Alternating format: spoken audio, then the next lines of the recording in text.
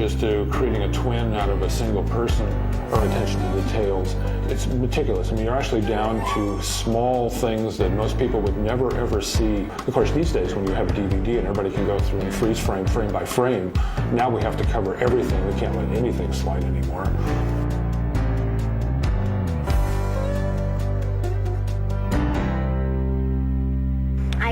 I go as the other one character, and I act with a photo double. Who's this? This is my photo double. But you're in a lot of the shots. Uh-huh. You just shoot over the top of the shoulder, behind one of the stand-ins, so you see the back of them with the real actor. Then you go around for the opposite shot, opposite direction, and you just obviously switch them around.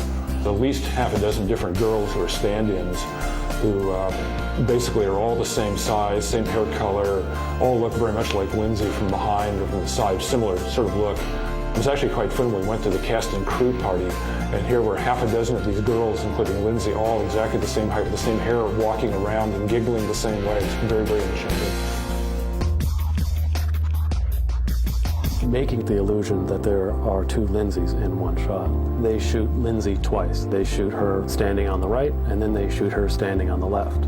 The second time around, I have what's called an earwig, which has my voice recorded on it, so that I have timing. The earwigs, or the earpiece, is custom molded to her ear, so it will fit nobody else. These are tiny wireless speakers.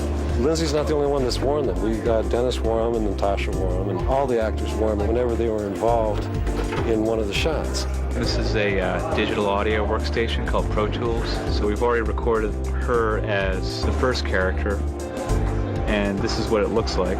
And we also put in some cue beeps for her in case she has to come in at a certain moment. This will be beamed into the actress's ear to keep her timing every time. I had to do one at camp, and it was really hard because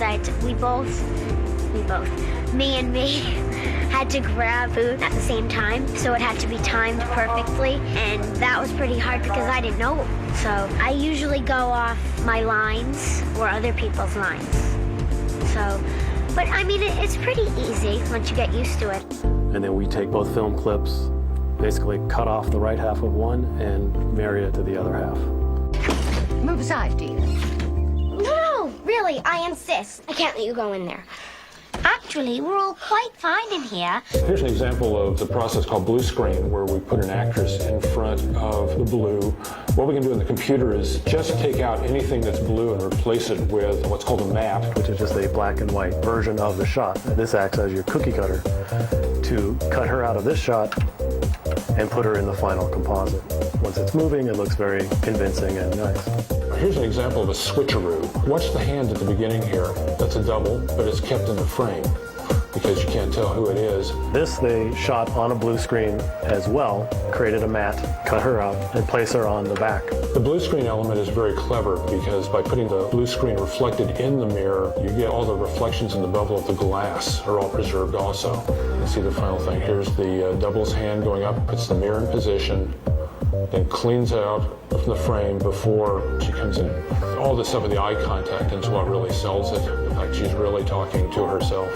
I mean, come on, get real.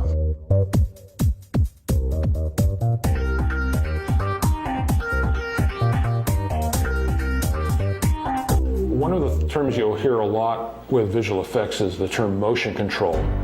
Motion control is basically taking a motion picture camera and putting it on a robot. So the robot has control over where the camera moves. It's all programmed through a computer.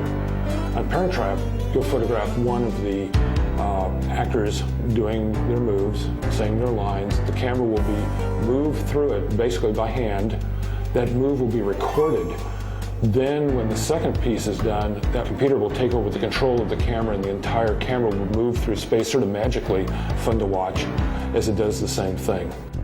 Before we got to the final composite, we make an outline of the actor, and we can animate that outline to follow the actor around. And that cuts a mat, which is like a cookie cutter. So we can pick them up off their scene and drop them into another scene. Also using motion control for the pan, you have Lindsay panning to Lindsay. When they were first trying motion control, I did it at Boss Films, and they recorded me with another video camera. And then I watched myself off the camera. And then we tried it, and it was really difficult. Having a stand-in instead of a monitor gives the actor someone to play off of. So for performance purposes, it's going to be better for them. Lindsay gets to look in exactly the right place for the right eye height. All the stand-ins are exactly the same height. The stand-in will actually reflect light and cast shadows, making it easier and more convincing. This is a great example of a shadow of the stand-in going across Lindsay. If she was talking to a monitor, you would have never had that. This shot was actually one of the most fun. The door does a few little magic moves. Take a look at the door. The door only opens this far. Then on the next, the door is already open. So the challenge was to get the door to keep on moving till it got to its final stopping position. This is what it looked like before it was all cleaned up. See how the door just dissolves to its two positions. So the challenge there again was to marry it. Basically one door tracked and moved so that it would continue to open till it got to its stopping position. You have to be really careful because sometimes if I'm walking in a shot, there's a split screen. So once I had to walk upstairs and I walked into myself. And it looks really weird because if they didn't know that, I would be walking through myself on screen. There was one challenge where the stand-in on the left, when she walks out of camera, she actually goes in front of our actress. So that created a big hole right here. So we needed to get that part of the actress back, and the way we did that is we took part of her jacket and morphed it. Basically took two pieces, one from where we see it at this point and where we see it at this point, and blended them together. Once you get to this scene, you can't tell that there's ever anything cut out of her. If I'm sitting here and then there's another chair right here, if I did put it on the other chair, I'd be hitting myself.